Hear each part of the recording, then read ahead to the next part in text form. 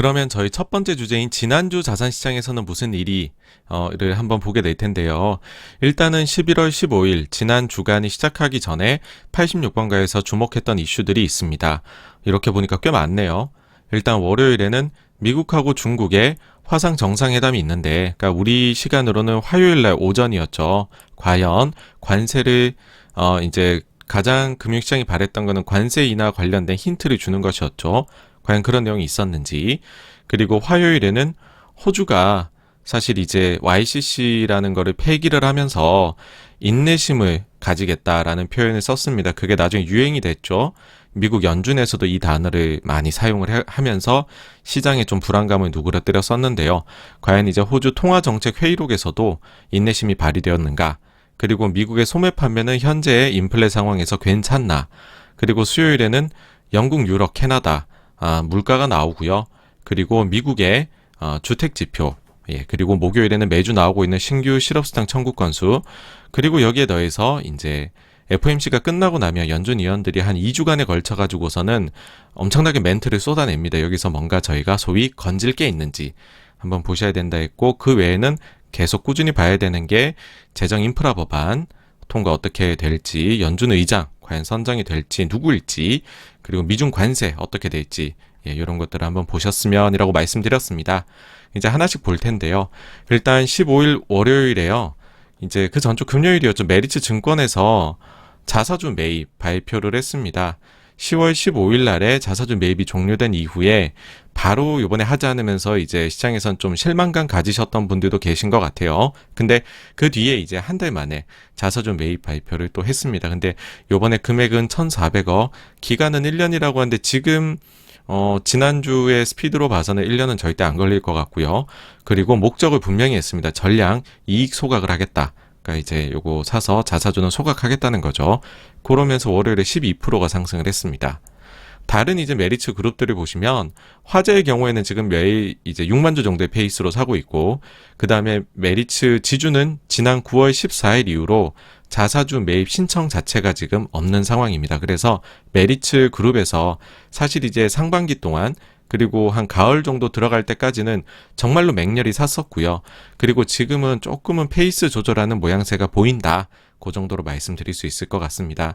그 외에도 지금 우리나라 증시에서 자사주를 좀 열심히 사고 있는 곳들이라고 한다면 뭐 KTNG 지금 3분기 실적 발표 이래 자사주 매입을 이제 공시를 했었고 매일 10에서 11만 주 정도를 매입을 하고 있습니다.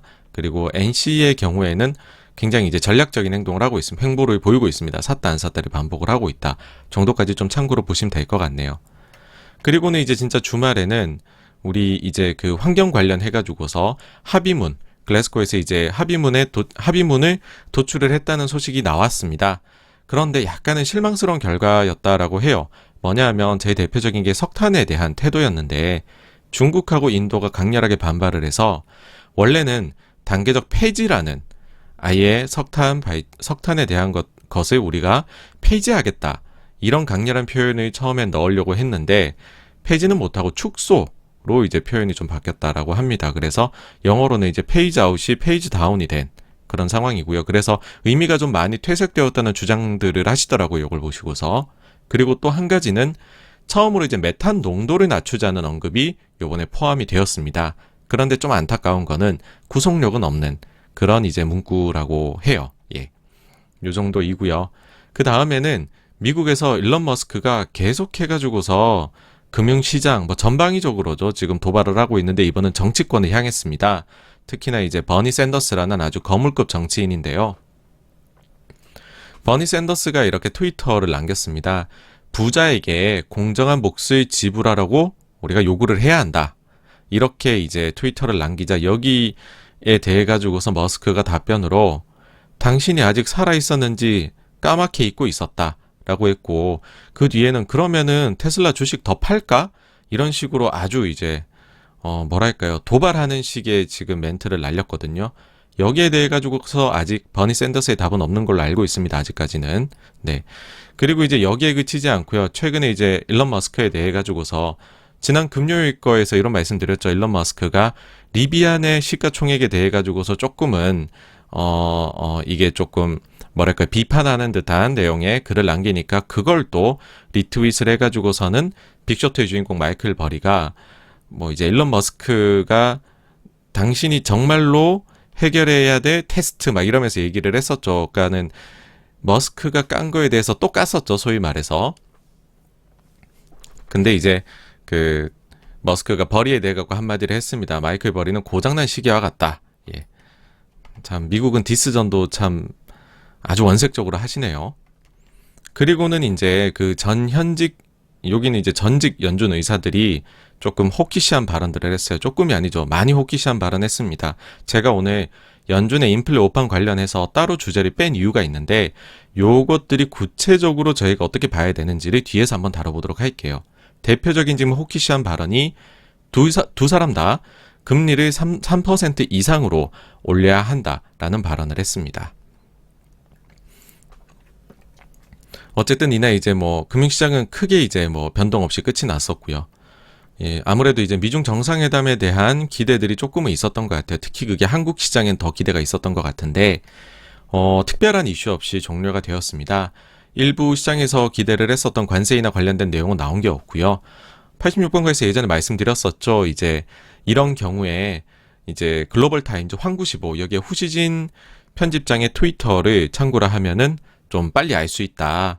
아니면 중국의 속내를 알 수 있다. 그런 말씀을 드렸는데 역시나 여기에 들어가 봐도 별 내용이 없습니다. 그냥 뭐 그 서밋이 뭐 끝이 났고 뭐 좋은 관계가 앞으로 되었으면 좋겠고 뭐 이런 시기라서 구체적으로 어떤 것이 합의되었다, 어떤 걸 기대한다, 아니면은 미국의 이런 태도가 아쉬웠다 이런 내용 자체가 없어요. 그러니까는 아무것도 사실은 합의된 게 없다라는 뜻으로 보이고요. 맨 마지막에는 이렇게 남겼죠. 이제 바이든 대통령의 진정성을 테스트할 때이다. 그러니까 사실 이제 중국이 뭐 이제 그런 게 있는 것 같아요. 바이든 대통령이 보면은 이제 중국하고 이런 좋은 관계를 맺겠어요 해놓고서는 영토 쪽에서는 갑자기 막 도발을 걸어오고 그 다음에 또 뭔가 이제 뭐랄까요 이제 뭐 손을 내미는 것 같더니 뒤에선 갑자기 또 무기를 내밀고 이런 행태가 사실 바이든 대통령이 취임한 이후 계속되다 보니까 중국 입장에서는 과연 바이든 대통령의 진정성이라는 것은 무엇일까 그거를 제일 알고 싶어 하는 것 같아요. 그래서 이런 관점에서 바라봤을 때에는 지금 사실 이제 향후 2주 내로 추가적인 합의가 나올 수 있다라고 미국에서 얘기를 하기는 했지만은 중국이 생각하는 바이든 대통령 그리고 바이든 대통령 자체가 결정을 내리기를 조금은 이제 뭐랄까요 자꾸 미루는 성격이라고 해야 될까요? 그런 게 좀 느껴지거든요. 지금 왜냐하면 뭐 인프라 법안이라든지 아니면 연준 의장이라든지 여러 가지들 뭐 하나도 제대로 결정된 게 없잖아요. 그래서 요것도 조금은 밀릴 수 있거나 아니면 내용이 조금은 긴 빠진 것들이 있지 않을까. 그러니까 일단은 상호 간의 신뢰를 쌓아 나가는 것이 우선일 것 같다라는 생각이 들었고요. 그 다음에 이제 중국에서는 헝다 쪽은 결국은 대주주가 개인 자금을 수혈해가지고서 근근히 연명을 하고 있는 것으로 나왔습니다. 개인 자산 매각, 그 다음에 주식담보대출로 지난 7월부터 현재까지 1.3조를 마련을 했다라고 해요. 이게 지금 이자를 내거나 뭐 이런 데 쓰이고 있는 것이겠죠. 그 다음에 호주의 통화정책회의록에서는 인플레가 예상보다는 높아졌지만 일시적일 것이라는 견해를 여전히 유지한다라는 식의 멘트들이 여러 차례 나오더라고요. 그래서 실제로도 좀 인내심을 발휘한 회의였다라는 게 그러니까 그리고 그게 멤버들 사이에서 상당히 공유되고 있는 내용이다라는 게 느껴졌고요. 그 다음에 이날 보시면 암호화폐가 이날부터 좀 안 좋습니다. 이날 크게 좀 급락을 했는데 내용들 보시면 이런 게 있더라고요. 악재로 작용했던 게 미국의 이제 인프라 법안에 암호화폐 과세 관련된 내용이 포함돼 있다라는 건데 사실 이거는 이제 그날에는 왜 안 빠지고 좀 뒤늦게 빠지냐 이런 생각이 들긴 했고요. 그 다음에는 중국이 암호화폐 채굴 관련된 회사에 징벌적인 전력 가격 부과 옵션을 지금 연구하고 있다 이런 내용이 나오면서 급락을 좀 이끌었습니다. 추가적으로는 전일에 트위터 CFO가 암호화폐에 대해 가지고서 비판하는 내용이 또 이제 화제가 됐었죠. 그래서 이런 좀 복합적인 요인들이 작용을 했던 것 같고요. 그리고 이제 가스 문제 관련해서 유럽에서 지금 독일하고 러시아가 파이프라인 연결한 거 노드스트림 2 이걸 언제 가동하느냐 가지고 이슈가 있는데 이것만 정상 가동이 되어도 그래도 이제 가스 가격을 좀 특히 겨울로 들어가면 난방 많이 해야 되는데 안정화시킬 수 있을 건데 이번에는 러시아 쪽이 아니라 독일 쪽에서 승인 중단을 했다는 소식입니다. 그래서 요게 조금 장기화되고 있는 것 같아요, 문제가. 그리고 이제 미국은 제니 델런 재무장관이 나와서 미국 부채 한도 데드라인에 대해 갖고 코멘트했습니다. 아니 이거 얼마 전에 있었던 것 같은데 또 무슨 부채 한도야? 이렇게 생각하실 수 있는데 그때 당시에 2달 전입니다. 10월 달에 한시적으로 미뤘던 거거든요. 그리고 그때는 이제 12월 3일이다.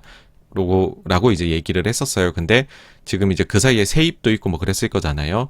그거를 해가지고서 계산을 해보니까 구체적으로는 15일 이후에는 미국이 디폴트에 빠질 수 있다. 그러니까는 이제 부채 한도 요게 문제가 될 수 있다. 이렇게 얘기를 해서 정치권의 데드라인이 언제인지를 명확히 알려준 그런 코멘트를 날린 사건 이제 이벤트가 있었고요. 그다음 미국 소매 판매는 호조를 보였습니다. 예상치보다 더 잘 나와서 일단은 시장이 좋아했죠. 높은 인플레 속에서도 강인한 소비가 확인되었다. 근데 이때 보시면은 요 지표 나오고서 증시 많이 아래로도 갔다 위로도 갔다 아래로 갔다 흔들리거든요. 왜냐하면 요 두 의견이 팽팽합니다. 하나는 펀더멘털이 너무 좋은 게 확인됐다라는 거고 다른 한쪽은 아니 그래 그렇게 좋으면 긴축을 빨리 해야지 테이퍼링의 속도가 빨라질 것이다 라는 이제 또 반대 의견이 나왔었죠. 그 다음에는 이제 지금 세인트루이스 연준 총재를 하고 있는 제임스 블라드가 테이퍼링이 끝나자마자 자산의 재투자를 중단하자 또다시 호키시한 발언을 했습니다. 요거 뒤에서 또 한번 다뤄볼 거고요. 그 다음 미국 바이든 대통령이 나흘 정도 후에는 연준 의장을 지명할 것이다 라고 했습니다. 요게 이제 화요일에 나온 거니까 사실 그러면 이제 오늘 밤에 지명이 돼야 되거든요. 근데 요러고 나서 다음 날에 또 정부의 익명의 소식통에 따르면은 그 11월 25일 그러니까는 그 추수감사절 정도에 임명을 하겠다 이렇게 나왔습니다. 그래서 이게 또 넘길 수 있습니다. 요 나흘이라는 이번 주 주말에 넘길 수도 있을 것 같아요. 하여튼 참 느리네요. 그죠? 어쨌든 그래서 요날도 뭐 큰 이제 증시 변화는 없었고요. 수요일로 넘어가게 되면은 유가 관련해가지고 사실 유가 계속 올랐었습니다. 근데 이제 요 17일 수요일이 여기 장대 연봉이 나온 날이거든요. 그러니까 일단 아예 갭으로 하락해서 장대 연봉이 나왔죠. 이날 뭐가 있었냐라고 보니까는 미중 정상회담에서 미국이 양국의 전략적 비축률을 방출하는 것에 대해 가지고서 공조를 제안했다는 소식이 나오면서였습니다. 그래서 이제 유가는 이때부터 해가지고 쭉쭉 내려와서 지금 금요일 같은 경우에는 유럽 쪽에서 코로나가 많이 번지면서 오스트리아와 같은 방식의 락다운을 독일에서도 할 수 있다는 얘기가 나오면서 이제 그러면 석유 수요가 많이 빠지는 거 아니냐 하면서 더 빠졌죠. 예, 근데 어쨌든 지금 전략적 비축류, 그 다음에 코로나 재확산 이런 것들까지 겹치면서 유가가 일단은 상승세가 한풀 꺾였다는 거. 네, 이제 여기서 잠깐 증시를 좋게 보시는 분들의 논리를 보면 인플레이션이 일시적이다. 사실 지금 인플레가 가장 큰 이슈잖아요. 이거가 고삐 풀려버리면은 이제 긴축 속도를 올려야 된다. 그게 이제 안 좋게 보는 쪽이고 인플레가 일시적이다라고 하면은 경제가 탄탄하니 계속 좋을 것이다라는 건데 이제 그런 말씀하실 수 있는 거죠. 좋게 보시는 분들 쪽의 입장에서는 최근에 봐라 결국은 유가는 미국 정부도 나서고 하니까 좀 빠지지 않느냐. 그럼 에너지 가격 안정세가 나타나겠지. 그리고 최근에 해운 운임지수 보시면은 이제 특히 BDI 같은 경우에 급격하게 많이 내려왔거든요. 그러다 보니까는 거 봐라. 리오프닝을 하니까는 이게 또 내려오지 않느냐. 그리고 생산 공급망에서 차질을 빚었던 중국의 그 전력 문제를 일으켰었던 석탄 가격 같은 경우에도 많이 지금 다시 내려왔습니다. 거의 이제 급등 시작하기 전 수준으로 내려왔거든요. 그러다 보니까 결국 이런 요인들이 다 몇 달 뒤에는 현재 인플레를 좀 낮춰주는 역할을 할 것이다. 라는 이제 주장의 근거로 쓰이는 것들이죠. 네, 이런 것들도 있다는 거를 한번 말씀을 드려봤고요. 그 다음에는 이제 영국하고 유럽하고 캐나다 물가가 나왔는데 유럽하고 캐나다는 예상치 정도 수준, 영국은 그보다 높게 나왔습니다. 그러다 보니까는 최근에 이제 영란은행장이 그 금융시장에 대해 가지고서 좀 일갈을 날렸었죠. 너무 금융시장이 영국의 금리 인상 가능성에 대해서 배팅을 하니까는 그러지 말라는 투로 얘기를 했는데 이제는 뭐 어쩔 수 없습니다. 이렇게 나오니까는 12월에 인상을 하지 않겠느냐라는 게 이제 다수 의견이 다시 된 것 같고요. 그다음 미국 주택 지표 보시면 여전한 공급망 차질이 느껴집니다. 뭐냐 하면 착공 건수가 예상치를 많이 하회를 했는데 이거는 뭐 어쩔 수 없죠. 뭐 일할 사람이 부족한 것도 있고 자재가 부족한 것도 있고 그래 버리니까는 이제 짓는 게 적으니까는 주택 가격도 안 잡히고 현재는 그런 게 주택 시장에 계속 미국에 나타나는 것 같네요. 그래서 이날은 이제 뭐 어떻게 보면 한국 시장은 제가 느끼기에는 미중 이제 합의가 뭔가 나오지 않을까에 대한 기대들이 있었던 것 같은데 그런 것들이 전혀 안 느껴지면서 좀 빠진 게 아닌가 싶고 다우랑 나스닥도 조금 조정을 받았었던 그런 날이었습니다. 그 다음 18일 목요일 보시면 한국에서는 이제 현대차가 자사주 매입을 발표를 했는데요. 일단 금액으로 보게 되면은 보통주 4,400억, 그 다음에 우선주 600억 정도에서 5천억입니다. 그래서 금액이나 그다음 기간 자체는 11월 중순부터 2월 중순까지 불과 이제 3개월 만에 사니까 이런 부분들은 상당히 어떻게 보면은 만족스럽죠, 그렇죠? 금액이나 그 다음에 짧은 시간 안에 사는 거니까. 그런데 여기 보시면은 자기 주식 취득을 통한 주주가치 제고이고 밑에 좀 더 구체적인 내용을 보아도 소각을 명시한 게 단 한 글자도 없습니다. 그러니까 이게 좀 아쉽다는 거죠. 왜냐하면은 현대차 그룹의 이제 다른 그 이제 계열사인 모비스의 경우에는 소각을 이제 자사주 사기 전부터 얘기하고 자사주 사는 거거든요. 그러니까는 현대차 그룹도 자사주를 소각할 수 있구나라는 게 느껴지는데 근데 이제 현대차에 대해 가지고서는 그게 전혀 없어서 어쨌든 자사주를 그냥 쌓아 나가고만 있다. 그건 좀 아쉬움이다. 근데 이제 조금 그런 거는 내년 2월까지 짧은 기간 안에 산다는 거고 보통 주총들이 이제 3월에 열리잖아요. 그러다 보니까는 주총 전에 이렇게 사서 자사주를 좀 늘리는 것이 혹시나 이 자사주를 가지고서 뭔가를 하려는 것이 아니냐라는 약간의 뭐 지배구조 관련된 생각을 하시는 분들한테는 아주 약간의 그런 이제 뭐랄까요 희망을 준다고 해야 될까요? 그런 게 나왔었던 소식이었었고요. 그리고는 이제 신규 실업수당 청구 건수가 나왔는데 26만 8천 잘 나왔습니다. 뭐 최근에는 30만 미만이 그냥 뭐 무조건 나오는 숫자죠. 근데 예상치보다는 못해요. 그러니까 이게 뭐냐 하면 지난주도 그랬었죠. 이제는 잘 나오기는 하나 예상이 그보다 좀 더 앞서 나가 있다. 시장의 예상이. 그러니까는 서프라이즈는 못 내는 숫자가 나오고 있다. 이고요. 사실 이날의 주인공은 애플이었죠. 애플에서 이제 자동차를 내는데 이르면은 2025년에 출시가 될 것 같다라는 게 이제 기사가 아주 화제가 됐었죠. 그러면서 전기차 완전 자율주행 요걸 이제 탑재를 하겠다라는 거고 그러다 보니까 다음날 한국에서는 이와 관련된 주식들 대표적으로 LG그룹주가 되겠죠. 이런 것들이 고공행진을 펼쳤었습니다. 그 다음 이제 19일 금요일로 가게 되면 지배구조 사실은 이제 저희 채널의 정체성 중에 하나가 지배구조입니다. 근데 최근에는 그거 이제 별다른 이슈들이 없어가지고서 말씀을 안 드리고 있는데 지배구조 관련해서 안 좋은 소식이 나왔죠. 이걸 보면 사실 힘이 쭉 빠집니다. 이래서 한국이 지배구조 관련해서 디스카운트를 받을 수밖에 없구나라는 건데 남양유업 잘 매각하나 했더니 한번 이제 다툼이 있는 걸로 나타났고 그 다음에는 제3자를 끼워 들이셨네요. 대유위니아 그룹의 경영권 매각을 추진한다 해가지고서 여기는 거의 뭐 아비규환입니다 지금. 그 다음에 NS 쇼핑이 지금 아주 노른자 부지의 땅을 가지고 있죠. 이게 옛날 파이시티 때부터 해가지고서 아주 어떻게 보면 영욕의 그런 땅입니다.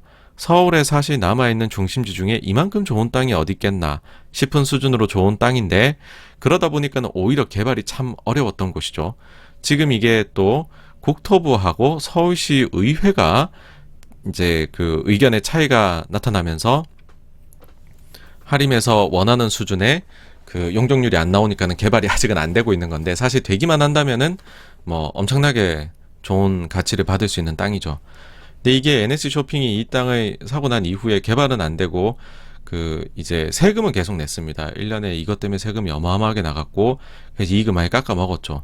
그렇게 몇 년을 이제 NS 쇼핑이 계속 해가지고 세금을 내왔는데 이제 사실은 뭐 개발이 임박한 것 같다. 뭐 이런 느낌들을 아마 NS 쇼핑 주주분들은 많이 받으셨을 거예요. 근데 그렇게 되니까는 할인 지주가 같이 누립시다라고 하네요. 포괄적 주식 교환을 통해 가지고서 완전 자회사로 만들어 버리겠다. 50몇 프로 주주로 이득을 보는 걸로 난 부족하다. 100%로 만들고 싶다. 그렇게 되는 것 같습니다. 포괄적 여러분들 앞으로도요. 지주사하고 자회사하고 포괄적 주식 교환이 이루어진다라고 하면은 그건 뭐 대체로 안 좋은 거다라고 생각하시면 됩니다. 그다음에 이제 중국에 이제 좋은 뉴스 이제 아직은 완전히 뉴스로 나온 건 아니고요. 루머입니다. 부동산 업체들에 대해서 중국에서 은행들한테 대출 증가를 요구했다. 이런 지도를 이제 내렸다라는 소식이 들리면서 중국 부동산 관련주들이 이날 갑자기 급등을 했고요. 그리고 아시아 주식 시장이 상승하는데 이제 결정적 역할을 했었죠. 근데 아직까지 이게 뭐 확인이 공식적으로 되진 않았습니다. 그리고 이제 미국으로 넘어가면 이제 그 전직이 아니고 그다음에 지역 연준 총재도 아니고 현재 이제 그 연준 상시 투표권 가진 위원들 클라리다 부의장하고 그다음에 크리스토퍼 월러 요 두 분이 동시에 테이퍼링의 속도를 높여야 할 수도 있다라고 이야기를 했습니다. 계속해서 매파적인 얘기 나오고 있습니다. 요 또한 뒤에서 다시 한번 말씀드릴게요. 그 다음에 이제 유럽에서는 코로나가 재확산이 되고 있어요. 그래서 전면 봉쇄 이야기까지도 나왔었는데 일단은 독일에서 전면 봉쇄에 대해 가지고서는 부인했습니다. 근데 이미 이제 오스트리아나 이런 동유럽 쪽에 봉쇄가 이제 계속 들어가고 있고 독일은 이제 그 전에 있었던 웨이브들에 비해 갖고서 상당히 더 높은 확진자가 나오고 있으니까는 사람들이 좀 걱정을 하죠, 그렇죠? 근데 걱정을 유일하게 안 하는 곳이 있는데 바로 미국의 주식 시장, 그 중에서도 나스닥입니다. 왜 그러냐면은 이런 논리가 반영이 되는 거죠. 뭐라고? 또다시 코로나가 퍼져가지고서 락다운을 해야 된다고? 그러면은 돈 푸는 거를 정부든 중앙은행이든 멈출 수가 없겠구나. 주식시장이 고고해야 돼. 근데 금리가 낮고 돈이 풀리니까는 거기에 수혜주가 될 수 있는 성장주를 사야겠구나 하니까는 다우는 빠지고요. 최근에 보시면은 굉장한 차별화가 나타나고 있습니다. 반대로 나스닥은 오르는 그런 이제 트레이드를 하게 되는 거죠. 여기서 잠깐 이제 그럼 최근에 코로나 상황이 좀 안정화되는 것 같더니 어떻게 된 거야? 라고 보시면 사실 한국도 지금 3,000명 이상 나오고 있는데 독일 같은 경우에 보시면은 지금 신규 확진자가 그 전에 웨이브들에 비해서 최근에 훨씬 급증하고 있고요. 그렇지만 이제 독일에서는 완전 락다운은 얘기를 안 하는 게 그 전에 비해서 우리가 이제 백신 받고 리오프닝 하고 위드 코로나 하니까 그런 거지. 사망이나 중증 환자는 관리가 잘 되고 있다라고 아직은 얘기를 하고 있고 사실 그런 수준입니다. 예. 그래서 이런 수준의 위험을 알리는 것은 아니나 우리가 또 코로나 때 워낙 락다운의 강력함을 경험을 했다 보니까는 걱정들 하시는 것 같고요. 프랑스 같은 경우에도 보시면 최근에 좀 올라가고 있습니다. 그에 따라가 이제 그 이탈리아의 경우에도 그 전에 웨이브들에 비해서 낮긴 하지만 올라가고 있고, 그리고 이제 러시아 같은 경우에는 그전 웨이브들에 비해서 더 높고요. 여긴 아무래도 질 좋은 백신을 못 맞았죠. 그 다음에 미국의 경우에도 웨이브가 오고 나서 안정화 좀 되는 것 같더니 최근에 살짝 고개를 들기 시작을 했죠. 사실 이게 백신을 이제는 많이 맞아뒀잖아요. 그리고 경구용 치료제 승인이 나올 수도 있는 상황이고요. 언제든지. 그러다 보니까는 이제 코로나라는 것 자체가 큰 리스크 요인이다. 이렇게 여기 것까지는 아닌 것 같아요. 그건 경계해야 하지만 그렇다고 해서 지난 1년 반 동안 증시를 이끌었던 그런 논리 중에 하나인 이제 기계적으로 생각하는 거죠. 코로나 확산되면 더 많은 부양책이 나올 거야. 이렇게 여기는 것도 지금부터는 경계해야 된다라고 생각을 합니다. 왜냐하면 연준은 명백히 방향을 일단은 틀었거든요. 테이퍼링을 하려고 하다가 그걸 갑자기 멈춘다? 그러는 경우는 이제 흔히들 많이들 중앙은행은 항공모함이라고 비유를 많이들 하세요. 전문가분들이. 왜 그러냐 하면은 작은 보트면은 시류에 따라 가지고서 배가 가는 방향을 휙휙 바꾸겠지만 이렇게 아주 이제 메이저 플레이어 글로벌에서 북극성이 경제정책에서 되어줘야 되는 연준 정도 되면 그 방향성이 굉장히 힘이 있기 때문에 좀 일관성을 보여야 된다는 거죠. 그래서 한번 방향을 잡으면 그 방향이 지속하는 경향이 있고, 그리고 이거를 바꾸기 시작하면 그러면 크게 한번 회전을 하는 거잖아요. 그러면 그렇게 크게 바꾼 것도 다시금 되돌리기가 어렵다라는 겁니다. 그래서 명백히 이제는 이제 출구를 향해서 나가고 있는 것이기 때문에 이제 무작정 코로나 확산된다고 해가지고서 부양책 더 나올 거다라고 생각하는 것도 조금은 제가 볼 땐 경계해야 되는 것 같습니다. 이제 그런데 금융시장 걱정하는 건 그거죠. 다 방심했다 일어나면 어떡하냐 이건데 좀 그런 게 있긴 합니다. 지금 글로벌 금융시장이 코로나 재확산 위험은 기본 시나리오에 아무도 넣지 않고 있어요. 연준도 보시면 11월 달에 FOMC 성명서를 보시면은요. 9월하고는 다르게 표현이 바뀐 부분이 있거든요. 그중에 델타 변이에 대한 부분이 있는데 그 표현의 뉘앙스를 보시면은 델타는 이미 사실상 거의 해결이 된 것으로 보고 지나간 것처럼 여기고 있습니다. 연준에서도요. 그러니까는 이거는 코로나가 재확산되는 거는 기본 시나리오는 아닌 것이죠. 그래서 이게 좀 복잡하게 얽혀 있습니다. 예. 다음으로 미국의 바이든 대통령 건강검진 받았다는 건데, 그러면서 이제 부통령에게 잠시 권력 승계했다는 거고, 미국인의 절반 정도는 바이든 대통령의 정신 건강을 걱정한다는 뭐 여론조사도 있었다, 이런 것도 나오고 있습니다. 그래서 워낙 고령의 대통령이기 때문에 뭐 이런 얘기 나오는 것 같고요. 과거에 이제 대통령의 건강이라고 생각해 보면은 제가 기억에 남는 거는 2차 대전 직후에 아이젠하워 수술을 여러 차례 받으셨죠. 그 다음에는 이제 레이건 대통령 그 피살, 피습이 있었고, 그 다음에 아버지 부시 때도 뭐 그런 게 잠깐 있었던 걸로 알고는 있어요. 네. 그때마다 이제 증시가 한 번씩 흔들리기는 하죠. 예. 그러고는 이제 미국이 이제 하원에서 2차 인프라 법안을 통과했다는 소식인데요. 공은 이제 상원으로 넘어갔는데 사실 상원에서 처리는 아직은 불투명한 상황입니다. 그래서 요건 좀 더 지켜봐야 될 것 같고요. 요번에 좀 재밌었던 거는 하원에서 민주당 원들은요, 모조리 찬성표, 공화당원들은 모조리 반대표를 던졌습니다. 그 전에 1차 인프라 법안을 최종적으로 하원에서 통과시킬 때에는 민주당에서도 일부 이탈표가 있었고요. 공화당에서도 일부 이탈표가 있었거든요. 근데 그게 요번에 전혀 없었어요. 그걸 보고 제가 느끼는 거는 2차 인프라 법안이 진짜고 찐이구나, 이거. 이거는 양쪽 다 양보할 수 없는 건가 보다 라는 생각이 들어서 요거는 합의에 이르기에 조금은 난항이 예상이 된다, 그런 생각이고요.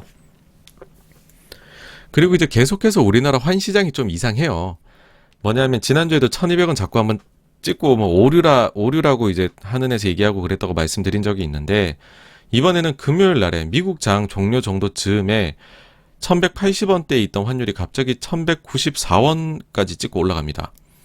그러고 다시 이제 1180원대로 내려왔었어요. 왜 자꾸 이런 일이 일어나는지가 좀 궁금하긴 합니다. 예. 어쨌든 그래서 이날은 보시면은 이제 나스닥은 올랐고 다우는 빠지는 전형적인 디커플링이 나타났었던 하루였고요. 금리도 이날 좀 빠졌는데 사실 이날이 좀 의문스러워요. 금요일이. 왜냐하면 연준의 인사들은 매우 매파적인 발언을 했고, 그럼 금리를 올라가야 되는 요인이죠. 근데 이제 코로나가 유럽에서 재확산, 그래서 락다운 이야기가 나왔다. 그거는 금리가 내려가야 되는 이슈이죠, 그렇죠? 근데 지금은 내려가는 이슈로 훨씬 더 크게 좀 작동을 했다는 거, 예, 말씀을 드리고요. 미국제 10년물 금리는 그래서요, 보시면은 변동성은 근데 하루에 막대기는 길어요. 근데 요 안에 있습니다. 아직까지는 방향성을 잡은 것은 아니에요. 결국 이렇게 흘러가다가 인플레하고 고용을 보고 어느샌가 방향을 잡게 되겠죠. 네. 그 다음 이제 델타 변이하고 백신 접종률은 보시면 위에서도 자료 좀 보셨듯이 지금 조금은 신경이 쓰이는 숫자, 그러니까 이제 코로나 확진자의 다시 증가가 나타나고 있거든요. 요게 이제 너무 많이 올라가게 되면은 또 한번 증시에는 영향을 주지 않을까라는 생각이 듭니다. CNN 공포와 탐욕 지수를 최근 한 2달 정도 보고 계신데요. 보시면은 85까지 갔었던 탐욕이 70으로 지금은 내려왔습니다. 이게 사실은 그전에 한 말씀을 드렸었어야 되는데, 단순히 이제 탐욕 지수가 올라가면 곧바로 조정이 와야 된다. 아니면은 요게 내려가면은 곧바로 증시가 반등해야 된다. 그거는 증시하고요, 이제 상관계수를 해보면은 그게 높지가 않습니다. 이거는 그냥 분위기를 보여주는 거다라고 보시면 될 것 같고요. 오히려 이게 내려가고 있을 때 증시가 내려가는 경우들, 올라가고 있을 때 증시가 올라가는 경우들이, 사실 이 지수가 구성되어 있는 6개의 지표 자체가 그런 걸 얘기를 합니다. 방향성. 그래서 꼭지점에서 그런 게 굳이 보이는 건 아니다라는 거. 예. 그래서 그런 참고용으로 보시면 좋을 것 같고, 탐욕이 일단 좀 내려왔다라는 거 공유를 하겠습니다.